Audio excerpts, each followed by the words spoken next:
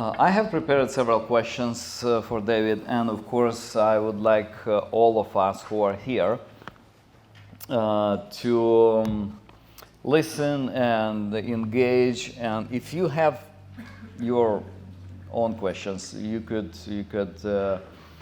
I don't know how, maybe write them down and pass it on to us, and we would be glad to address those as well. But we will start with just basic questions about story of life. Brother David, how did you come to Christ? First of all, how old are you? 72. You in are July of 72. Yeah, Brother David, he is founder and owner and CEO of US Digital. It's quite big company. But tell us how you came to know the Lord and what did that mean in your life? When I was a child, I was raised in the middle of 8 children: Bob, Susan, Stephen, David, Chris, Nancy, Eddie, Lori. And we were raised with religion. We were raised Catholic. I went to a Catholic elementary school, so we had lots of religion in our lives. And as we grew older, and as I saw my older brother and then sister and brother get old enough to leave home, they would stop going to church. And it was Catholic church at the time. And my father was like the Pope of the family. He was very responsible. He felt he needed to be an example to the rest of his family.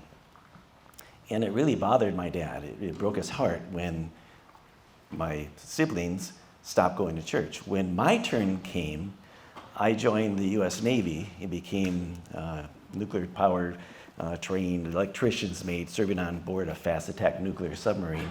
But in the process of that training, I saw that as a time looking into the future, thinking I'll eventually get married, I'll eventually have kids, I'll eventually have a job and be able to grow old, and I did not know the point of life. I really didn't know what was the point.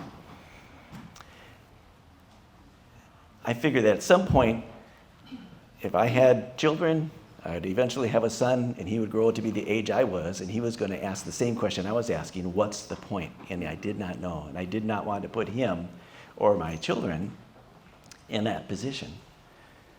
The most important question in life is, why are we here? What is the point?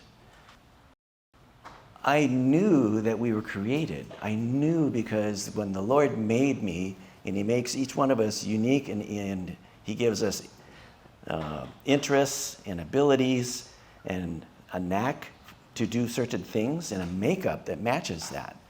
My makeup was one of an engineer, of an inventor, of a designer, of a problem solver. And even though I went through Catholic elementary school, every day being taught by the nuns, they would teach 2 things. They would teach a little bit of the Bible and a lot of Darwinian evolution.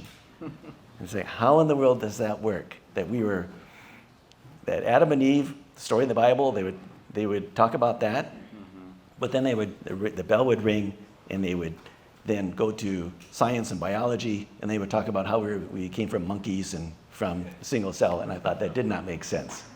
But I knew even as a child not to believe that nonsense. It was clear to me that we were designed. I just did not know the designer. So when I finally left home, and finally had some time to be able to search and just with all my heart go after what's the point, I prayed one simple prayer, and it was the wrong prayer. But the Lord translates. When we pray the wrong prayer, He knows the heart behind it. And that prayer was, God, help me to know the truth. There's a whole bunch of churches. There must be one that's true, and all the rest of them must be wrong. Help me not to get the wrong one. But there are many good churches, and to the degree that they align with the owner's manual, the Bible, and they align with Christ, many different flavors, right on, they're good. But the Lord translated that. So what time you were praying this prayer? This was when you was 20 years old. In the military already? In the Navy, this was in Idaho Falls, Idaho, in the basement of a house. Because in the nuclear power training, they didn't allow the sailors to work on nuclear power plants in the middle of the city. So they built them out 55 miles west of the city, Wow. west of Idaho Falls in Idaho. They actually have submarines, fully functioning submarines out there in the desert. Wow. They don't swim, but but the power plants really do run. And so that bus ride every day back and forth, 55 miles each way. One of those bus rides, there's all us Navy guys. There was another fellow who was actually reading a gold leaf Bible on the bus, and I was so hungry at the time. I was beginning to check out Mormonisms, and because a whole bunch of Mormons in there, just like Salt Lake City. And I said, I'm very interested. What are you reading while you're Bible on the bus? So he came and he sat next to me, and he shared for the first time that I could understand that this is our owner's manual. It introduces us to our Creator, and it's the answer key of life. And I thought, I already believed that, even though I didn't know anything that was in it. And he shared that the author of that word, the Bible, is my author, and I thought, that's true. But you can't figure it out on your own. You can't study your way into your relationship with him. You have to come as a little child. And people will say all kinds of different things with their own ideas, but the Bible will set you straight. So I said, okay, don't say anything more. Because you might set me wrong, but I'll be happy to read your Bible. So he gave me his Bible, and he encouraged me to start reading in the Gospel of John. And I prayed a simple prayer, Lord, I don't understand, help me understand. And for the first time, I could understand. It was like eating ice cream. I like ice cream. Wow. Well, one question. That's a very interesting thing that you came across the Bible and you already believed that this is the Word of God. How do you explain it? The Lord must have been working in my heart, and we don't know if others are praying for us. I did not know, but it was maybe the Holy Spirit working in me to be receptive and ready to receive. Preparing you for that. Well, I did, through multiple steps, finally find out what was in the Bible, because he kept inviting me to a little church there, and I didn't want to go because I thought they might be telling things different. I'll believe the way I shouldn't. So finally, after I read many books from the New Testament forward, not the Old Testament yet, I finally accepted the invitation to go to church with him. There was an evangelist who was there every week, and I wanted to check to see if he was telling the truth. And everything he said, it's like, I read that, that's true. And so you came equipped. I was ready to be skeptical, but it was refreshing to hear the Word of God spoken like it's written. Prior to this, I had gone in my search to many Mormon churches, and they had, at the beginning of every service, somebody who would stand up and say, I know beyond the shadow of a doubt that this is the one and only true church. And they would sit down. And the next one would stand up and say the same thing. And that was their testimony time. But when I went to this little church, they had testimony time. And they would stand up and they would talk like they really knew Jesus. And I got goosebumps in the back of my head and my neck, because it had never occurred to me that Jesus is not just past our solar system somewhere, but he's here, present, and he's knowable. And they knew him, and they talked about the personal relationship with him. And I was just amazed. It never entered my mind that you could know your maker. And for the first time, I was able to understand the gospel that he created us, but he created us with a free will that we could love him, and that requires a real voluntary choice. You can't make somebody love you. So it's yes, he can love, or no, you can't love. So I chose yes, that makes sense. But he knew that we would choose wrong, and we did. He also made a way that we could choose right, and to be forgiven for all those wrongs. And that's why Jesus was able to come, willing to come, die on the cross, pay the price for our sin, and rise again. So pretty much everybody knows that Jesus died on the cross, but I did not know why. Then I knew why when I heard that gospel. And that the wages of sin is death, but the free gift of God is eternal life. And the blood of Jesus can wash away our sin. The one verse that really nailed it for me was in Revelation 3:20. Jesus said, "Behold, I stand at the door and knock.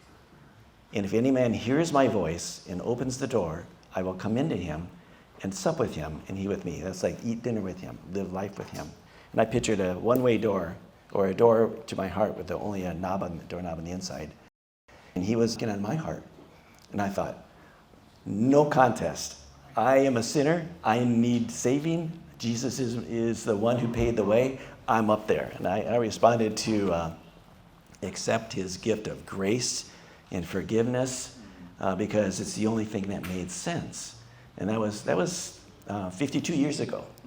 And over that time, I've seen how good and how kind and forgiving and how just amazing he is. And to know that he has a relationship with us individuals. He calls us his kids.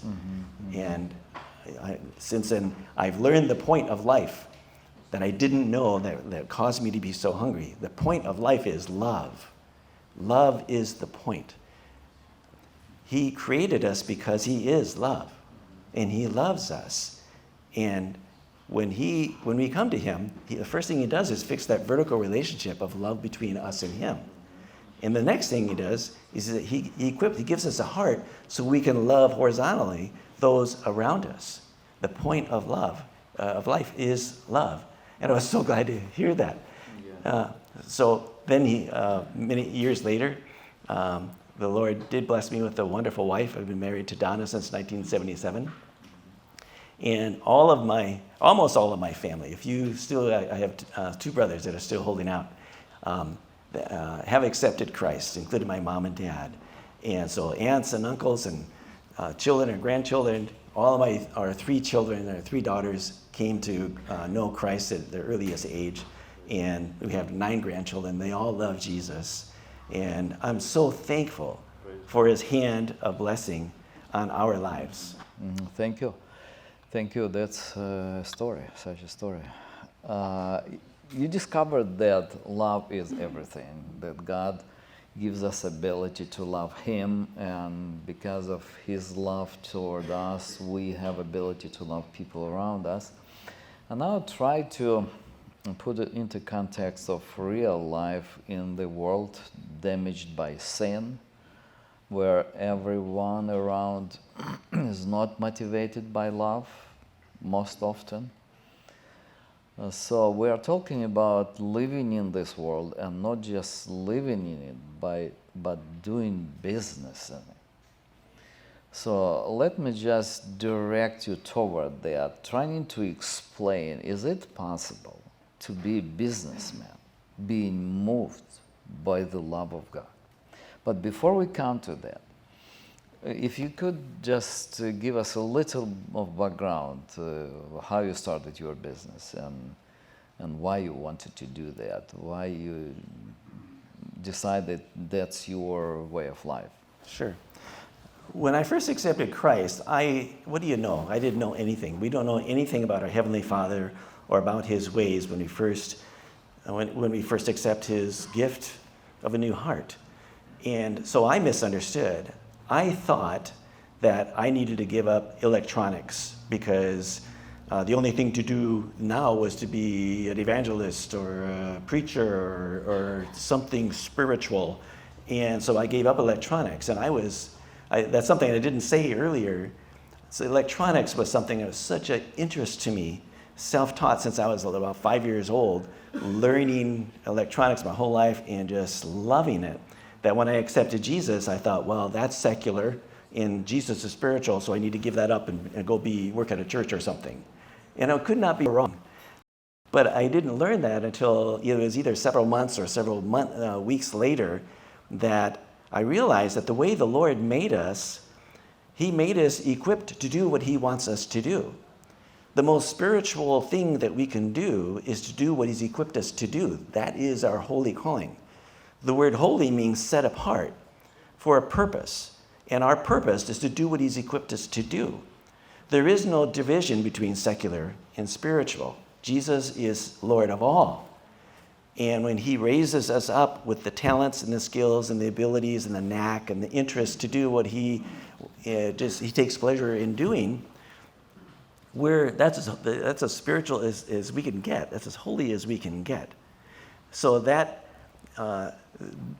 Pastor, you're a full-time pastor here at this church, but every one of you and me included, our holy calling is to do what his pleasure is to do. But I actually love electronics too, but I gave it up. Yes. A long time ago. Yes, I talked to one of your pastors here, a robotics engineer. So whatever it is, do what the Lord's equipped you to do.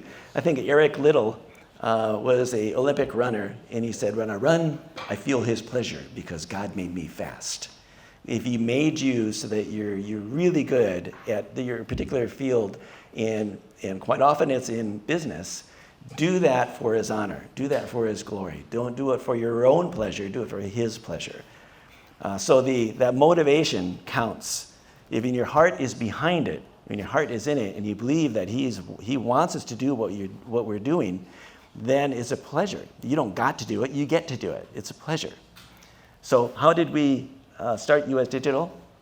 A little bit of background behind that is that I was working, by the way, I'm not degreed, I'm self-taught in electronics. And I was working at the time as an electronic engineer for a small company, and I was doing my best, and they were prospering, and they were just doing good business, but they were not paying their bills on time. They were taking advantage of customers. The vendors were not paying them on time. And it became obvious to me that I'm using the talent that the Lord gave me, the resources that he had entrusted to me, to these individuals, and they're doing evil with it. They're doing bad things with it. And it motivated me to not continue that. You got to fix that. You got to correct that. And so what do you do when you face a problem? Well, the first thing you do is you pray, ask for wisdom, ask for insight. And so quite often that comes through other individuals, or it comes through sometimes ideas. And it can be a little scary, but you explore it and see if he blesses it. And one thing, the unique way the Lord had made me, lots of ideas. In fact, you won't hear me say that God spoke to me. You won't hear me say that God led me to do something, because I have too good of an imagination. I can imagine my voice and it being his voice. And so I have to make sure that I check according to his word and make sure it's consistent with his character. So the idea was it actually presented itself as a problem. I was prior to that, I was working as an electronic engineer on a medical imaging system where we had a lot of knobs on the front panel, and the doctors wanted to be able to control those knobs in a way when they walked in, they changed one switch, all the knobs would go to their happy settings, and the other engineers were thinking, we just need to put motors on those knobs. And I think, no, you don't put motors on it. You put a microcontroller in there, and the knobs will then be without limits. That kind of a control. It's called a soft pot, or an optical incremental encoder. And so You understand it. it's what they call a human interface, just simply a knob that talks to internal electronics. I didn't know how they worked.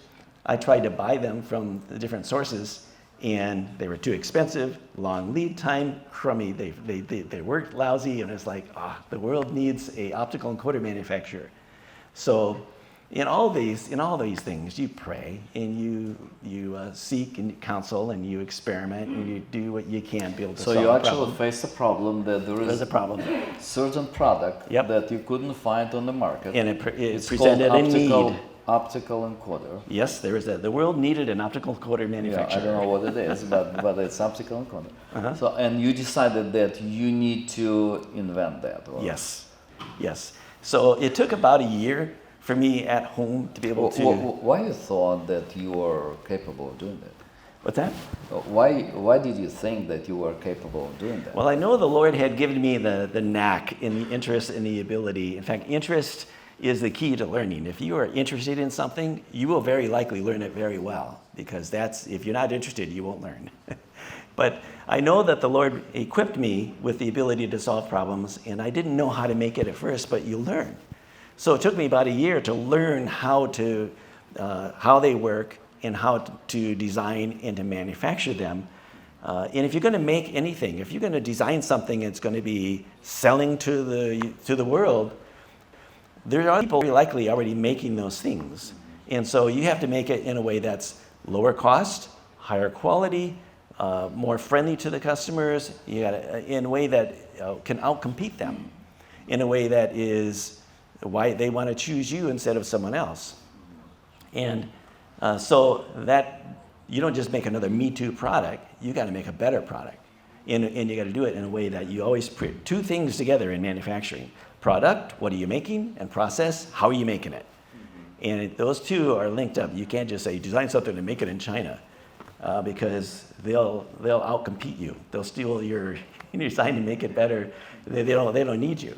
But if you are in the driver's seat and you're self-sufficient in both of those things, even the design of the product can be optimized and improved when you know the limits of how you're going to make it. And you design the machinery around it. You design the fixtures and the jigs around it in order for that product to be made automatically. So that here in the United States, you're going to have business, and especially if you're going to make things, you're not going to be able to compete on the worldwide basis if human fingers are putting that together. Because we pay our people very well here in the United States, and they don't do that in many other countries. So they'll be able to offer a good product for a less price if you use human fingers to make it. But if you make fixtures and jigs and robotics and automation to make it, that is the same cost. It's a low cost throughout the world. So we can outcompete anyone in the world if you design a better product with a better process that is saving money. We do automation, a lot of automation. We do all of our own automation in-house. And someone will argue to say, well, you're taking away people's jobs because you're automating them. And I'm thinking, really? What kind of jobs are you taking away? The Henry Ford kind of production line job where you're wearing people out doing the same thing over and over under tedious processes? Then no, those are not good jobs. But instead, if you're making automation processes, then we hire people, we grow, we've been growing a lot. Then you still need help to run the machines and to feed the machines and be able to do the other processes. And so those are much better jobs. So they're a lot more interesting, a lot more fun, they don't wear you out, you could use your brain, and you believe in what you're doing. So it's a good business model as well. So you started the optical encoders. Yes. There's Did two you ways. do it in your garage or In an extra bedroom. And my wife was very patient during this whole time, because you start with one space and you start making it bigger and bigger and taking up more space of the living room it's like me doing with books. Yes. In fact, we even hired the children around the neighborhood, because they would come in and the mom would say, hey, can you hire Johnny? I hear that he's getting rich. She was like, well, okay, sure. So I didn't know you're not supposed to hire children. But they all got rich in our neighborhood. So little by little, you start little. There's two ways to start a business. One, go borrow a whole bunch of money, go in debt, and just try to go big. I don't recommend that at all. The other way is patience, where little by little you work extra work. You do consulting, you do extra work, your wife does extra work. You do whatever you can to pull together the money in order to be able to, little by little, grow it. So it's not like buying a farm where it's already producing, to take a lot of money, but instead you plant one seed and you water that. And to this, so US Digital was born in 1980, and it's been debt-free all along, with two exceptions. We borrowed money to buy one building in about 1993, and we paid that off in about 3.5 years. And then we borrowed money to buy the current building that we're in and paid that off in about 3.5 years. So our owner's manual really encourages us to be very careful about debt. Do not go into debt for depreciating things. And if you do go into debt, borrow anything for a resource that's going to enrich you, that's going to grow, you make sure you have a positive cash flow that you can pay that off in a relatively short period of time. And those are the two ways, the two times that we were able to do that. And I'm thankful because you need resources to be in business. You need tools, you need to be able to have machinery, you need to be able to have all the inventory in order to do that. And if you grow little by little, you can afford it as you go. When you hire your first employee, because you need help, you can't do it all yourself if you're actually selling things. That is a really important step because you can't just hire anybody. When we hire, we still do it to this day. We use the acronym CASH. It spells cash, but it doesn't mean money. The typical thing that businesses do is they look for skill. We want somebody that has this skill. And it's wrong. Because you can get somebody that has that skill and nobody wants to work with them. And they're proud. They could be proud and arrogant. They could be dishonest. It could be it's just a poor decision. But the C stands for character. When we bring people onto our team, we look for character first, not skill. And then we look for attitude. Character and attitude. Those are first and second. Skill is third, not first. And the last one, habits. Character, attitude, skills, and habits. And if they don't have the skill to start with, but they have the knack and the interest and the ability, we'll link them up with someone else on our team to help to teach them and mentor them and apprentice them so that you can have your own grown talent. Mm-hmm. What makes your business different from other businesses? Like, what are the characteristics of Christian business or business which is run Christian way? The motive behind your business, why are you in business, it has a lot to do with it. You can't just think I'm going to have business to make money and my spiritual thing would be to take some of that money and give to the church and that's your spiritual thing. Instead, realize that the talent and the resources, the opportunities, he gives us the ability to create wealth. Our owner's manual says he gives us the ability to create new wealth. The world looks at wealth and says, well, there's one pie and I'm going to get a bigger piece of that pie. And it's a greedy way of looking at wealth. But the Lord instead gives us the ability to create new pies and make bigger pies. And the ability to create new wealth is what business can do. And when you do that, when you're making more wealth, it helps you not to be on the greedy side of things because you're now the giver, you're not the receiver. And now you can be generous because he is generous. And you can share the wealth that he provides. If you look at a business, you can tell a lot by looking at the parking lot. If you look at a business and it has one really nice car and a bunch of junkers, don't work there. Because that means you got one owner who is there for himself, taking advantage of everybody else. But instead, when we are stewarding all of the resources that do not belong to us, we say, yes, we own it because our name is on the deed and our names are on the documents, but we know who owns it. The Lord owns it. But we'll be accountable to him. Being the leader of a business is much like being a shepherd. And all those individuals that are your employees, you are responsible for their well-being.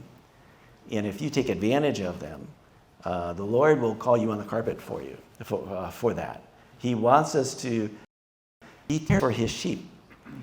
And if you're in a role of leadership in your business, whether you're a manager or have any authority in your business, he wants you to treat those individuals on your team like a shepherd, a good shepherd, would treat their sheep.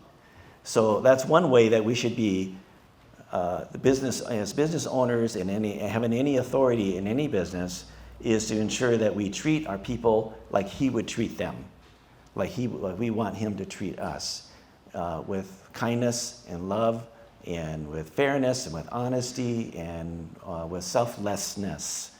That's one way. Another is business tends to, the norm would be to look at the bottom line. How much profit do you make? And business is very empty. It's purposeless, meaningless, if all you're doing is try to make money. I gotta make money for my shareholders. It's empty. It's pointless. But instead, if your purpose is to be a blessing, a resource, to a wealth creator, to be on assignment, the Lord's given you the ability to funnel funds that he had placed in your charge.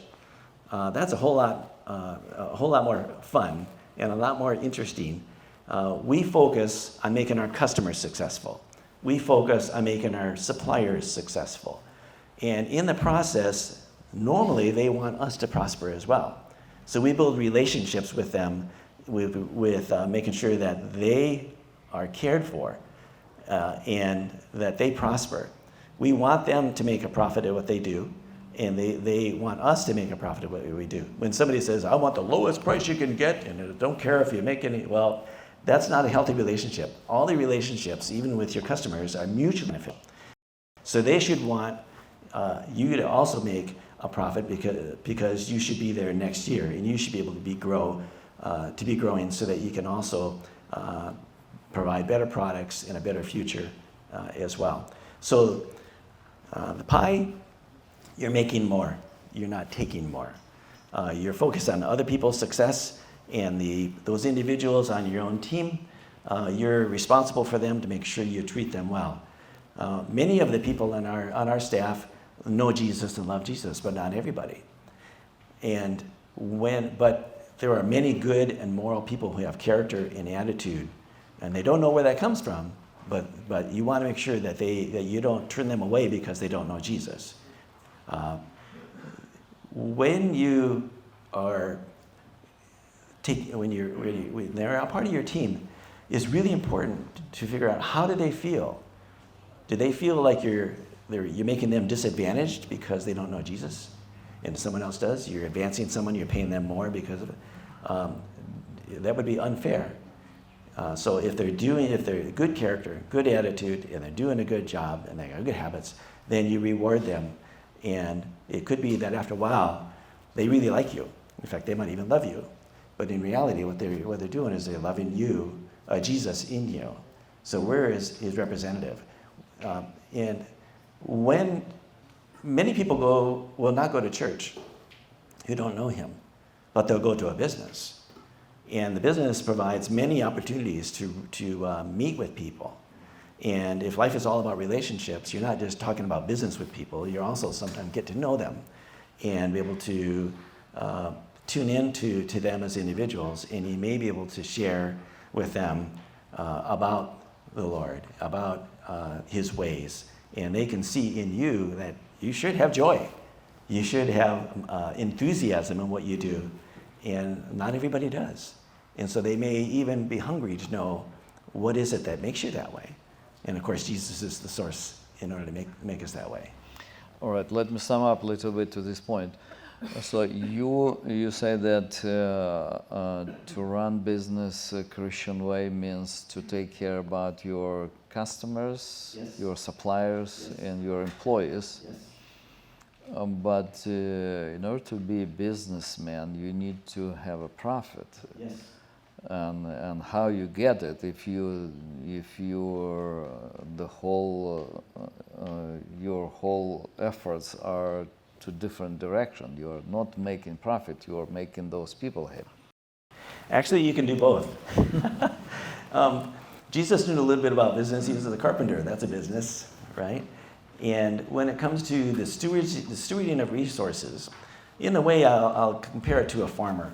A farmer grows a crop, and he sells the crop, but he doesn't give away his seeds for the next season.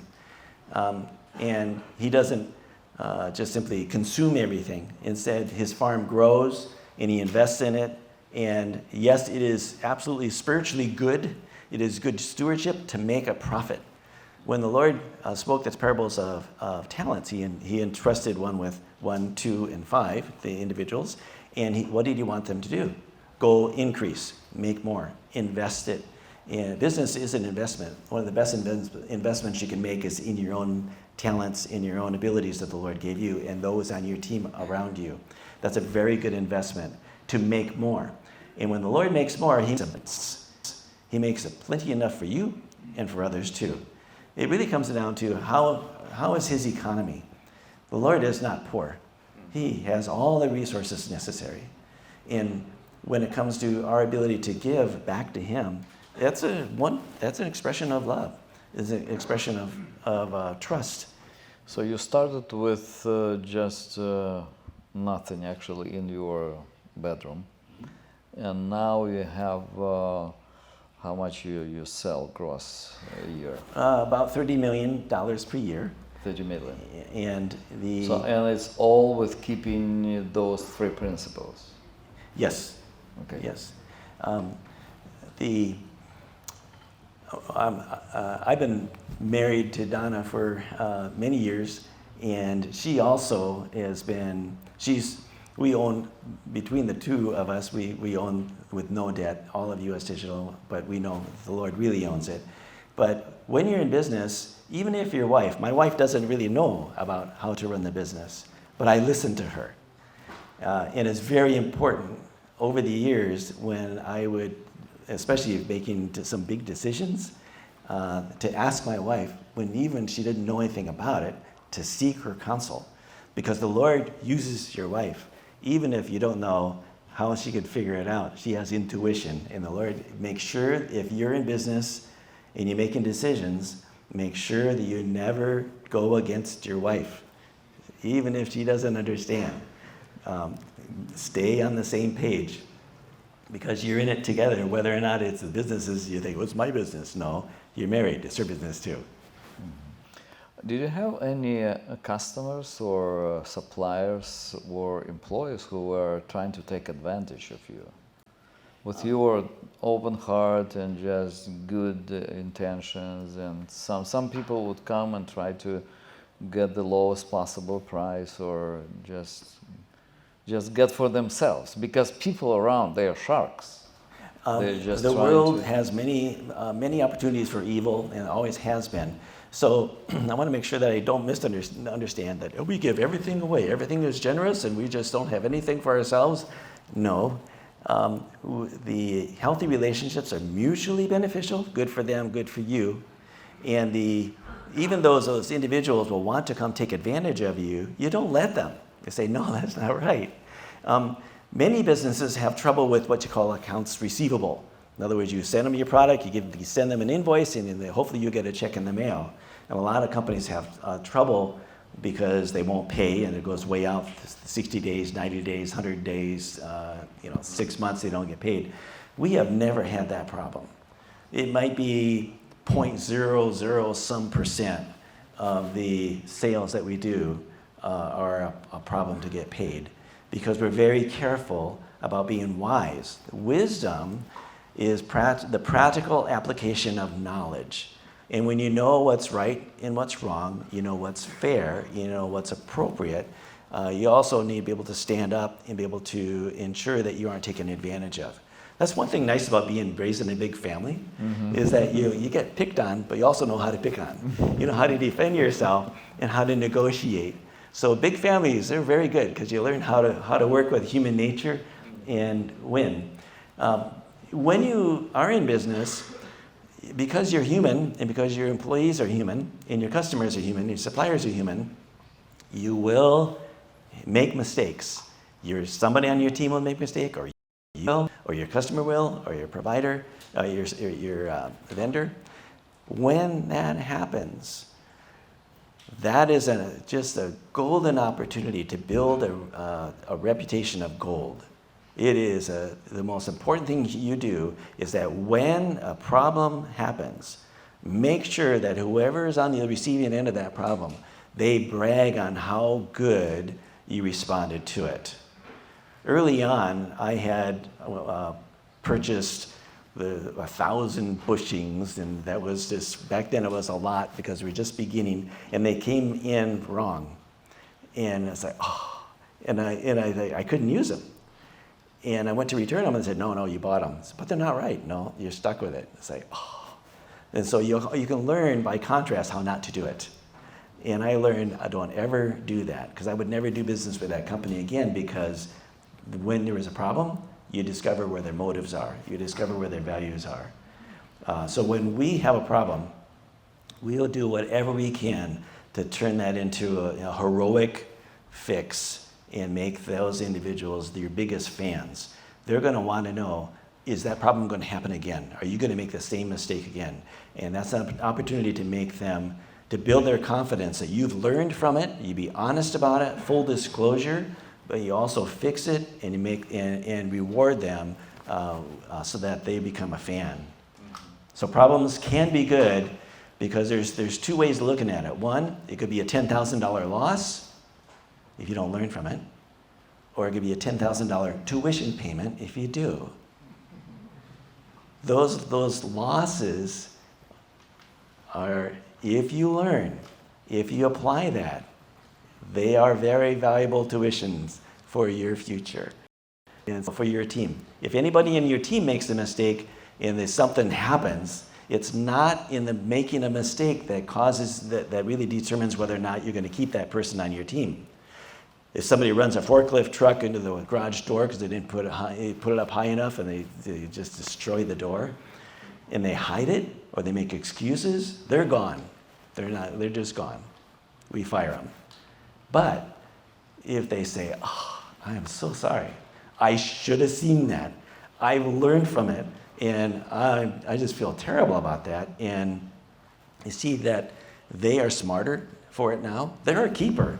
Don't let them go, because you can bet they're not going to do it again because of their heart and their teachable spirit. Teachable spirit is just very precious, very valuable. That's written into that character, attitude, skills, and habits. Let's imagine if you were talking to yourself when you were 20 years old. What advices would you give to yourself in terms of how to run a Christian business? Or you see here a lot of 20, 30 years old guys, 40 years old. Some of them are having their businesses. Some of them are thinking about starting one. What advice would you give? There are tests all along the way. I think that I look at sometimes I failed the test and I think, oh, in the Lord in His kindness, He's like a coach. When you get it wrong, He'll take you around the track again until you get it right. There are tests along the way. And I'll tell you about one of them, and I'm so thankful that this one I passed, but I could have failed. We were in about 1995. We were in a building that we had leased. I don't like to lease, I like to own. But we moved out of our home. It was business that was still in our home in 1993 actually. And we leased a building. We're 4 businesses in this one building, this big building. And we outgrew that space, and we double-decked spaces in it, and we tried to grow as much as we could. And we told the landlord, if any of our neighbors move out, please let us know, because we just need more space. And one day she called up and she said, well, the space right next door is going to be available. We're going to give it to you. I said, oh, that's great. What are they doing? So, well, they're not paying their rent on time. It's a pain trying to collect their rent every month. So we're going to kick them out and you get the space. And I thought, oh. At the time, my father-in-law was living with us. We were taking care of him with dialysis and all. And he used to say, nice guys finish last, put number 1 first, and I watched him, by the way. He accepted Jesus, and he learned that was not the way. But at the time, that's what he was saying. So I remember thinking, nice guys finished last. Just take that, and I think, no. Instead, in my mind, I have it, in my memory, I have it recorded. Hang up the phone, go downstairs, and we'll double deck, go out the front door, go back in the next door. Hey, Don, the landlord just said that they're going to kick you guys out. They're not going to continue your lease, and they're going to give it to us. and because they have a hard time collecting your rent. And I said, really? We have somebody else paying our bills. We'll take care of that. And so he took care of it. So we didn't get their space. If we had, I'd look at this, and I look back now, as obviously a test back then, because if you do the greedy things that, yeah, we're going to get your space, you're going to hurt, and I'm going to win, and you're going to lose. I'm thinking, the Lord's saying, it's a test, son. Pass the test. In your lives, I encourage you, when you're faced with something that when you win and they lose, hear that voice. It's a test, son. Pass the test. Because we didn't get that space, which would require us to sign a multi-year lease, we went month to month, which made it flexible for us to be able to find another place.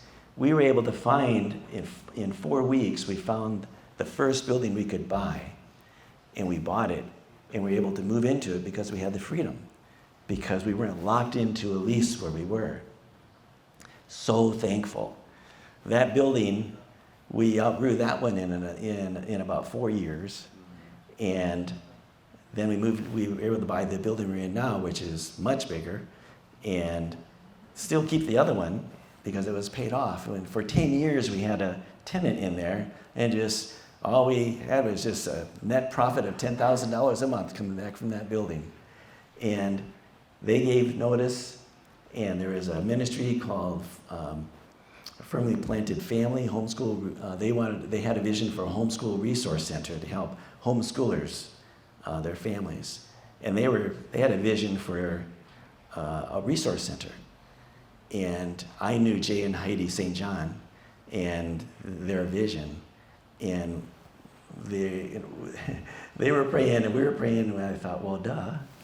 We have this building, and even the tenant just gave notice. Would that work for you? And they looked, and they drove over there, and they cried looking at the potential. It was a nice building, and so yes, we just said, go have at it. So they were able to use that building, no cost, and I was able to see that they were good stewards. They were good stewards over their resources, and they're bearing much good fruit. They're just amazing, and so after I guess 2 years or so, we just donated it to them. So then that's their building. But then they outgrew that, and because we were in another building, they were able to. We're still. We watch I remember going over there and watching a fender bender in where cars crashed in their parking lot because they couldn't. The parking was too small, and there were just kids and families everywhere. And I thought, we got to get them out of there. So they found another building, and they just recently moved. They moved into it in July. They closed escrow over near us. And so if you know about Firmly Planted Family, now they're in a much bigger facility that serves families, bearing much good fruit. But none of that would have happened if we flunked the test thinking put number one first. We're not number one. He's number one. So we'll have tests. It'd be better when it's all said and done, and then you sit in this chair and say, well, what can you learn? Well, pass the test. Don't put yourself first. Put Jesus first. And look at those situations like a test. And honor him with that, because why would he give us wealth and resources that we're not ready for?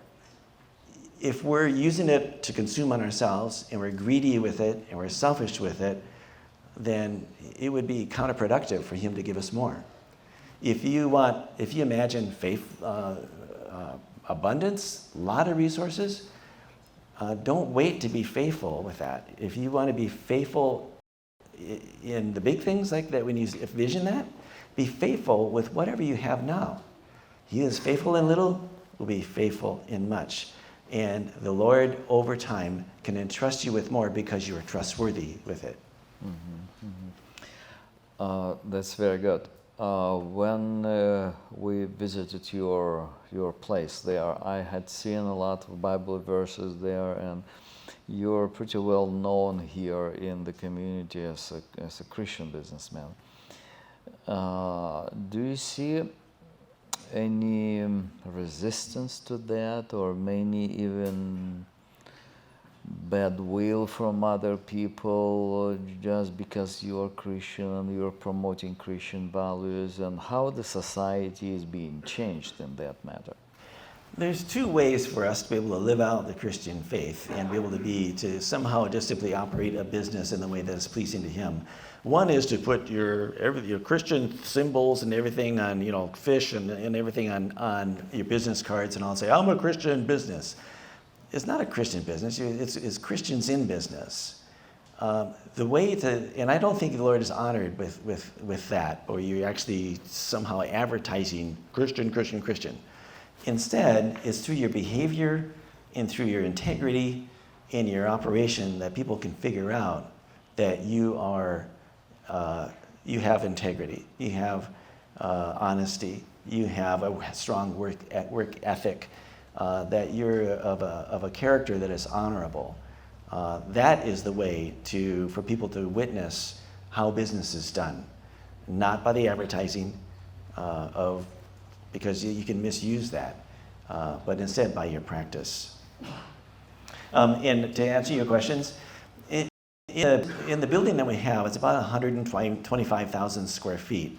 About 25,000, we started with about 15,000, we expanded it. About 25,000 of that square feet is used for what we call the U.S. Digital Outreach Center. And in that center is there are about 40 or so nonprofit organizations. They're Christian business ministries that make their home in that building, and they come and go with their own proximity card access. It's like their own building, and they all work together in a community. And we provide their phone service, their IT service, their janitorial service, their reception service, and their rent. I mean, everything at no cost to them. It's kind of like the U.S. Digital is an aircraft carrier, and we get to carry the outreach center, and all the resources that the Lord provided for the aircraft carrier takes care of them. And we didn't start out with that vision. Instead, it's just business should bear good fruit. And it's about, I don't know how many years now, maybe 16 years, maybe 13 years, that Outreach Center has been there. And just to tell you a little bit about that, we had when I think of the Lord says the way He blesses, pressed down, shaken together, and running over. When we were able to move into the building that we have, it had all that extra space, and we didn't need it. So it sat there for about a year before we figured out, almost stumbled on what would be a good use of that space. And it unfolded this way. There is a friend who was in a ministry, and he had it was a nonprofit organization, and they had offices that they were occupying in a church. And the church was growing, and they needed the space, and they said, can you find some other space? And so he was checking around, and we had a few extra offices in this big wide open space. There are bathrooms there, and there are some offices. So I said, hey, Mike, go ahead and use that. So he moved his little team in there, and after they moved in, I looked at their furniture. It was junk. It was like crummy. And so a lot of ministries, they scrape together whatever they can to serve people, and they don't care about the stuff, the furniture. But a business that's healthy and growing and profitable, the bank pays you interest. The bank pays you interest instead of you paying interest to the bank. We were a source of wealth. So we said, here, Mike, here's a catalog for some furniture. Pick some out, we'll get it. So nice new furniture, and then we look at the before and the after, and it became obvious that there was a missing link there. Businesses can adopt some ministries. Ministries don't do business very well, but businesses can be a blessing to take care of the resources for a ministry. And when we looked at the rest of that space that we used to play laser tag in once in a while, we thought, why don't we build out a bunch of offices and conference rooms and meeting rooms and invite ministries in and let them do what this first little one has done. And so we were able to pay cash for it because there was money in the bank to be able to do it. You're supposed to have money in the bank if you're in business for a while. And so we'd be able to pay cash for that as well and build it out. So we added a new elevator and a new front entrance, which has a real nice, welcoming coffee shop. World's best coffee, by the way. And then you don't have to advertise for free office space. The word gets out. And so we had many ministries apply. And so we figure out, how are we going to figure out who's good and who's not, because not everyone is. So we formed a small board, and then we had an application process that let us learn about who they are, and then interview them, and make sure that if it's a ministry, that they're not selfish. They're not trying to build their own kingdom, but they're there to be a part of the body of Christ, and they're good for help each other. And so we filled that up with many ministries, dozens.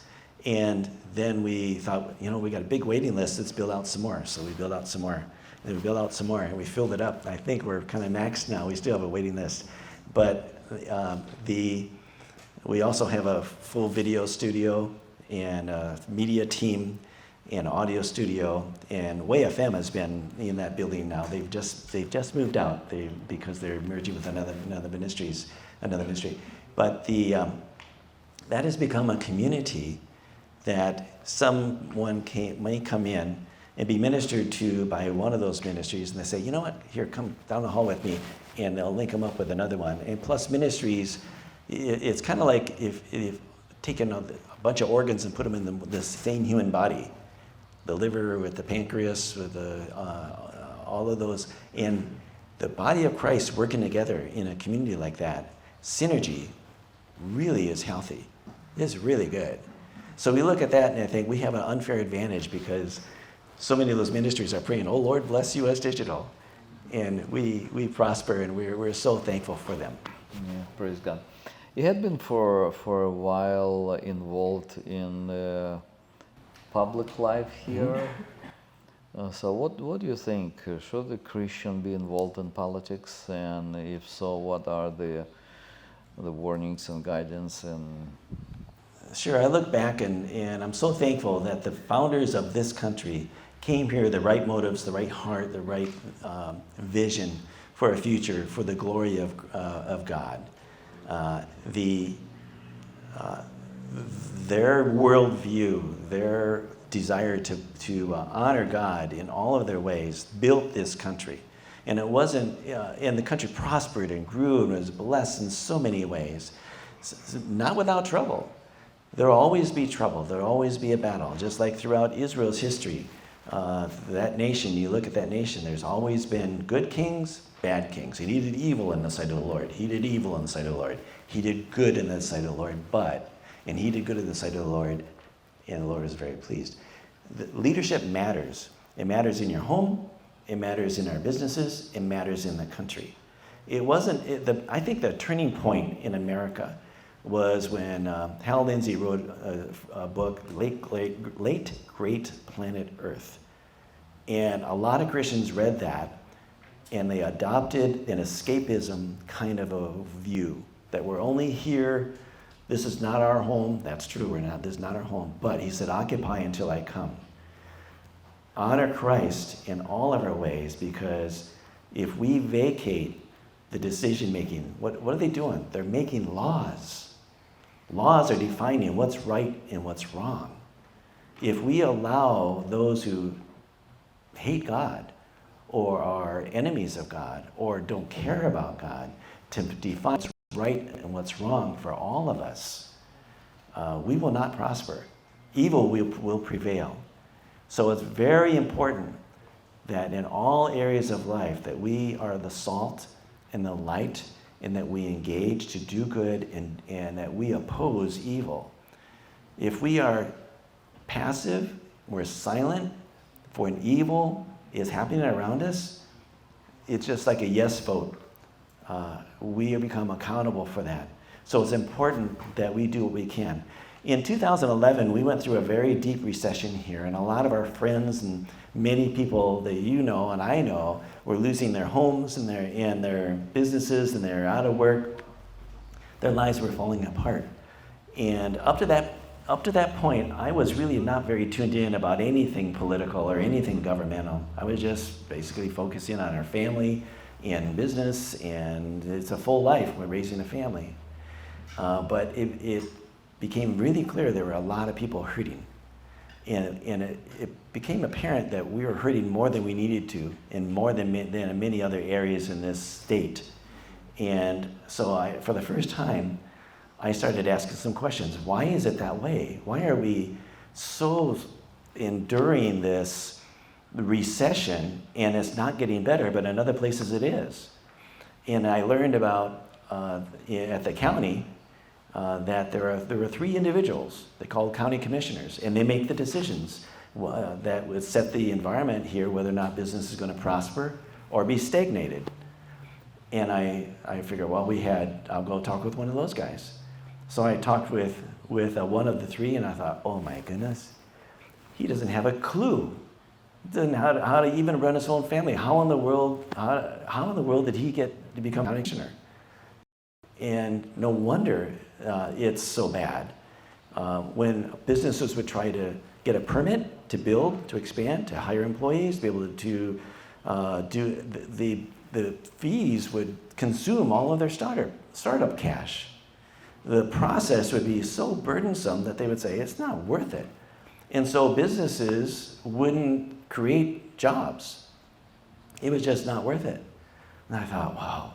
Not only that, but a whole bunch of other things were high taxes that kept going up, and which was making people have less and less ability to create new wealth. So I was looking for who can help to be a better leader. And so I was thinking, I can't do it because I'm fully occupied here. So we looked, and it came time for that decision to be made, and we didn't come up with anybody. Somebody that you could trust, it wouldn't go to their head if they get elected and think they're so important, who would actually not cave under pressure, but would do what's right as unto the Lord. Not fear man, but fear God. And when that decision time came, there was nobody that was willing to fill that. And I got asked, and the amazing thing on that is my wife finally said, yes, yeah, you should do that. And I thought, she really likes my time. And I knew it was going to be very time consuming to do that. So a number of people pulled together, and we formed a team. And there's 2 ways to run for public office. One, just tell people whatever they want to hear and just get in there and do whatever it's going to give you the most money and the most benefits. That's what often happens. The other way is you be honest, and you don't think you don't let it say, well, I'm not a leader, I'm not a lord, I'm not a ruler. Instead, I'm a servant, and I'm a representer. I'm a representative of the individuals, and my goal is to look out for them and not to be an advocate to grow the government, which is always going to grow if you let it, but instead to prosper the people.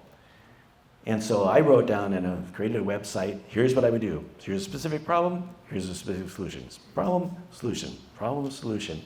And for instance, take away all of the fees for anybody who's going to create a business or expand a business and just streamline the process. You want to create a job? Good. We're not going to stand in the way. We're going to pave the way for you to do that.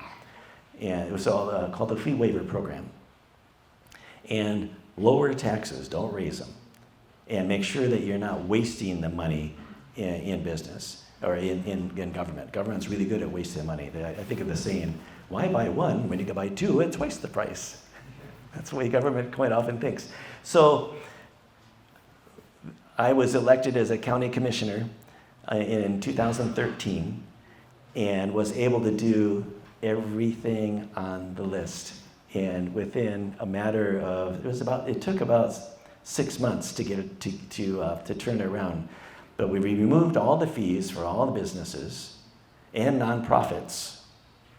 And we streamlined so much of it, and we removed so many of the burdensome barriers. So Hazeldale came out of the 1950s and 60s and became new, and so much new growth, and businesses took off, and because all we had to do was get the government out of the way. And Clark County, I remember looking at every month I look for the reports from the state economic reporter that would show the graph, and it was just amazing what can happen when government gets out of the way. So that was a 4-year position. For 3 years, those years, I had one other vote, Tom Milkey, and it was 2-1, 2-1, 2-1, 2-1, and we were able to just reform so much. And it's a battle. If you are in government, if you look at any of the superhero movies, what does the supervillain want? Power, money, authority. Well, what do you get in government? Government is power, money, and authority. And the superhero is the one that says, oh, no. I'm going to look out for the little guy. I'm going to ensure that whatever it is, government serves people, doesn't become a lord over people. So that is a battle because there are many people feeding at the public trough. In other words, they're getting rich on the government funds, and they have loud voices and a lot of power. And much media as well. Much of the media, you see it in the national and many of the local areas, and the media belongs to those that feed off the government so much. Not always, but it's a refreshment when they don't. And they will demonize you, and they'll make you the worst enemy if you're actually draining the swamp and turning the government back to the people. And so there was a big battle, and they actually changed the form of county government. It used to be 3 county commissioners, and it was the state constitutional form of government. But those individuals who were no longer being enriched by the public funds were able to pass a charter that changed the form of government, so we no longer are a state constitutionally defined county government. Instead, it is a charter government which has 5 not commissioners, but counselors. They're more like advisors now. So that battle, we lost the battle when it came to the response to that. So is there a battle? Yes.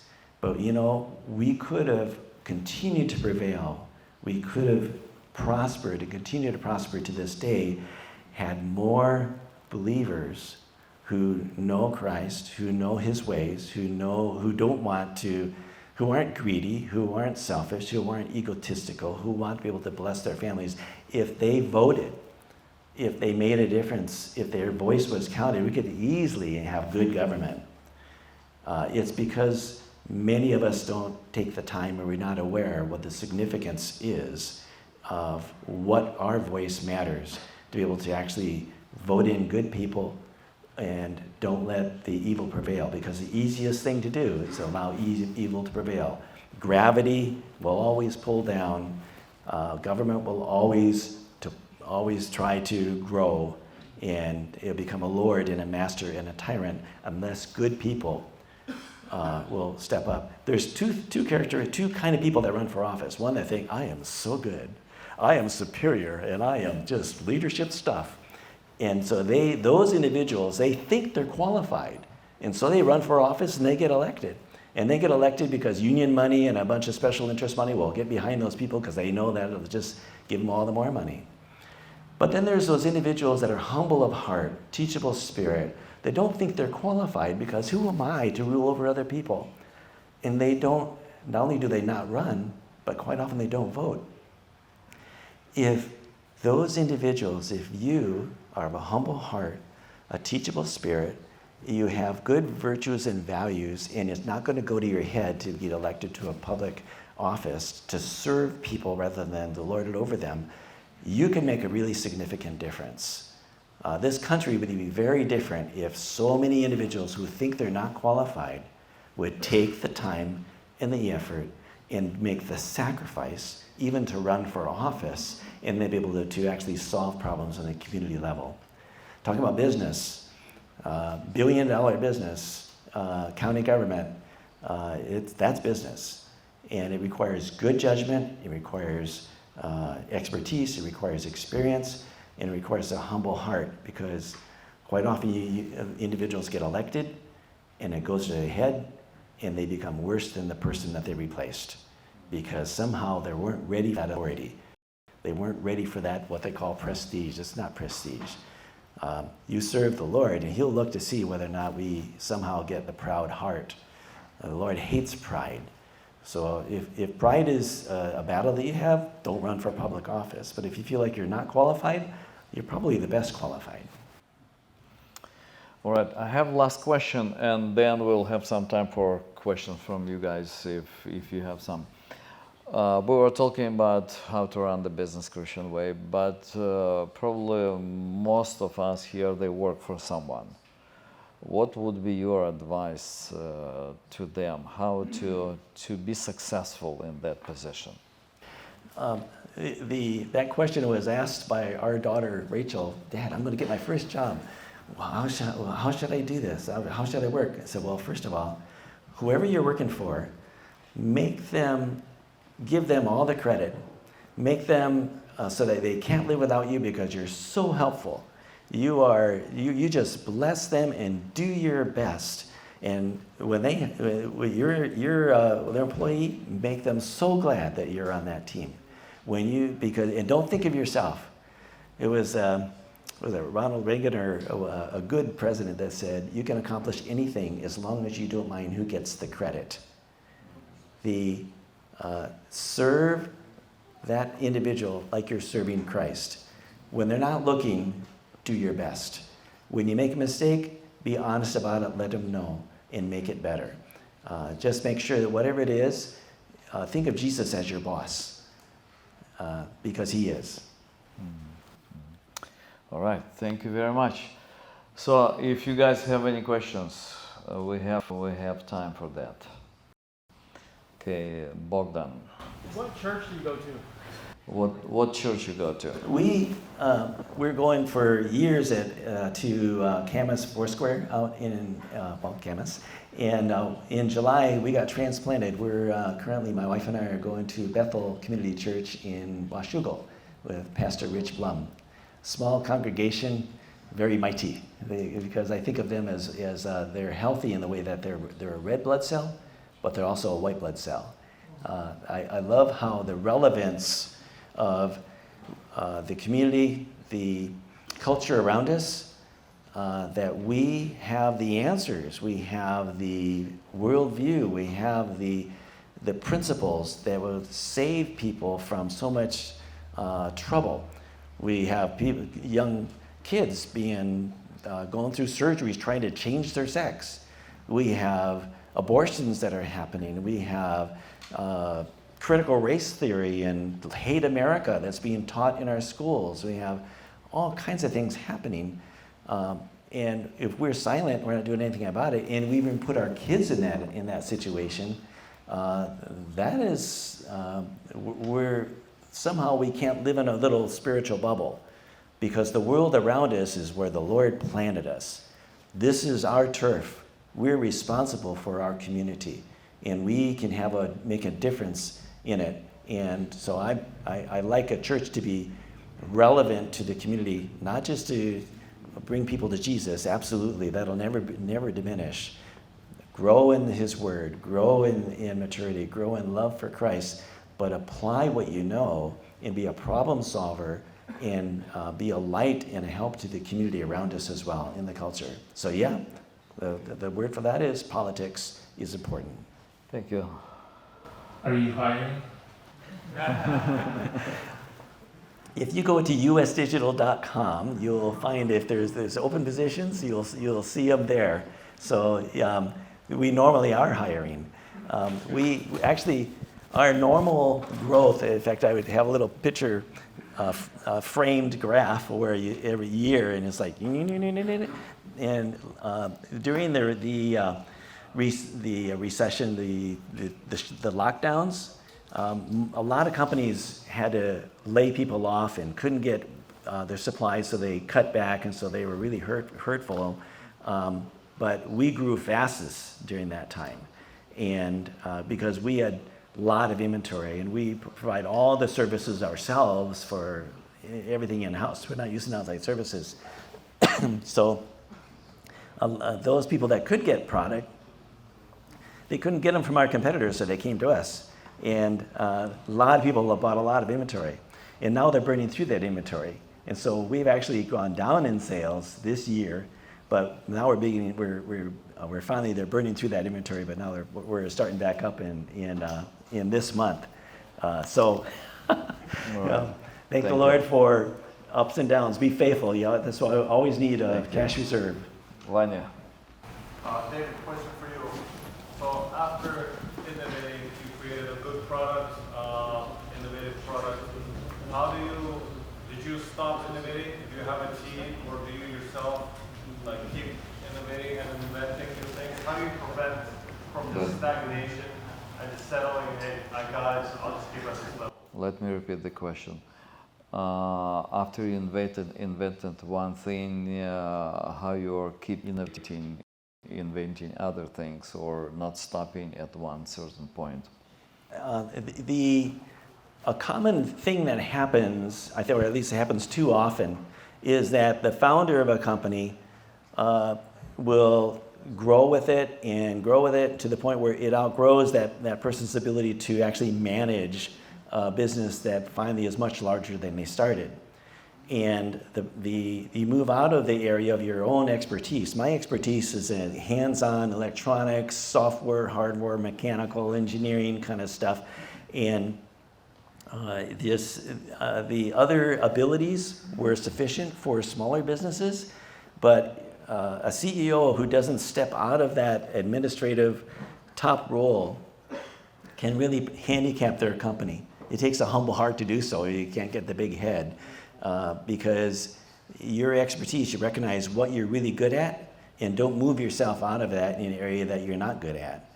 So I'm very thankful that I continue to do what I love to do. Engineer, invent, design, program, all that stuff. And I'm able to do that because we have a fabulous team, and including a good COO, Chief Operations Officer, a good production manager, just a great Chief Financial Officer. These are really good people, and they make very good decisions. We need to be able to learn. That's one of the things you do as you grow. You learn how to delegate. In other words, hand to somebody else because you can't be doing it all. If the business grows, you need to have somebody very competent to it. I sleep really well at night knowing that each of those individuals that are entrusted with the decision-making ability are very good decision makers because character first, attitude second, skill third, habits fourth. And so what is my day like? First of all, I don't see retirement in the Bible, not the way the culture defines it. Where is retirement in the Bible? Instead, we work until the Lord calls us home, we graduate, and then we enter our rest then. Until then, be faithful with the stewards, with the stewardship that the Lord has given us, and do what you love to do. This is what I'm doing now, what I would love to do if I was retired. So you don't retire, you just continue to change chapters. There is a valid form of retirement, that is, you don't have to you turn the crank to earn the money, that's why you're working.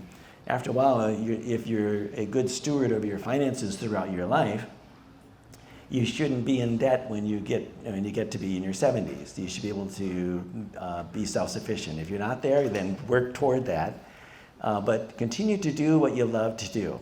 And it may be that the Lord will change what you do and reassign you. Could be volunteer. You don't have to get paid to do what you love to do. So my day is programming and engineering and designing, and I work with other engineers and just absolutely love it. But there was a time that I fired myself because I realized I wasn't qualified to do the administrative part of it. But then I hired myself back as a lesser. So don't be afraid to do that, because your company will win if you recognize who's not qualified. Thank you. Yura. Have you ever fired somebody, and how did you feel after you fired somebody? Have you ever fired someone, and how did you feel after that? It is never fun to fire somebody, but you must do it. It is essential because we're human, and we do the best to qualify individuals. And there's two reasons that you may end up having to fire somebody. And I don't like the word fire because I don't like that. It's like I let people go. But the first one is that somehow they mischaracterized who they were. You find out that you did the best you to discover who they were. They lied on their form that they fill out, or they're just terrible worker, or you don't need that opportunity, that skill anymore, or what happened to me, and most people that I fired was like 40 people in a matter of 6 months. And it was very hard to do. It was like going into major surgery. When I served for 4 years as county commissioner, I wasn't able to pay attention to the business full time. I would still tune in every 2 weeks, sit in on a manager's meeting. But during that time, the leadership that was there, we had another individual in that top level position that hired a bunch of people. And it turned out to be bureaucracy and administrative, and just individuals that were wrong, and it was like didn't share the values, and it was when I wrapped up my 4 years and came back, it was apparent we needed to have surgery. And so one by one, I don't delegate that. One by one, I sit down with them and walk through the process and just let them know that we can't continue, we have to let them go. We paid good severance pay to each one. We made it as easy as we could on them, but it's still really hard for them and for us. And it's hard for the rest of the team because they think, am I next? When you let that many people go. But after that surgery, after those individuals were no longer on the team, we became very healthy and very much more profitable, and a lot more freedom, and a lot more fun, a lot more productive. So yes, hiring and firing, they go together. It's really hard to let really good people go. We do whatever we can to hire jewels and keep jewels. We don't hire mediocrity. Proverbs says that if you hire anybody that's really not qualified, it's like a guy with a bow and arrow who shoots people at random. You're going to only hurt people. You need to be really careful who you hire, and if you delegate it, like I did in that 4 years, then you may have to pay a price. Those individuals may have to pay a price. There is a scripture that says, a proverb that says, shepherds, know the state of your flock. I know the state of our flock. I know each individual. I know them, and I care for them. But if you have to step away and come back, you might inherit something that needs to be going through surgery and clean up. All right, Roma. Vitaly. David, thank you for sharing. It's a blessing to hear about you and your life and the good changes that you've done in America. Do you and your team, or just you, help kind of guide small business startups, kind of, what to avoid, where to go or not to go to avoid pitfalls and a certain kind of mentorship, good mentorship? Can you repeat the question? How to start the startup? What would be your recommendation to avoid pitfalls and problems? How do you start up a business? First of all, pay attention to your wife. Make sure that you're in it together. And I would be very, very reserved about any debt. And also be very reserved about giving ownership to someone else. Partnerships are very difficult. It's like getting married. You think you know who you're in partnership with, and you find out after a while they don't share your values. One of the great blessings that we've had is that my partner is my wife. And the ability, the freedom to make decisions without having to check with other people who don't share your values is a great blessing. It's a wonderful resource. So be very careful as you start to, myself, I would not give away even 1% of the business. I would retain the ownership, and take the slow way to avoid the slow growth in order to just stay out of debt. And that way, many businesses fail because of debt. And many businesses fail because during a recession, they don't have enough pad. So make sure that you are financially conservative, and make sure that you also be faithful with your decisions and your giving from the very beginning. U.S. Digital gives because it's not our money.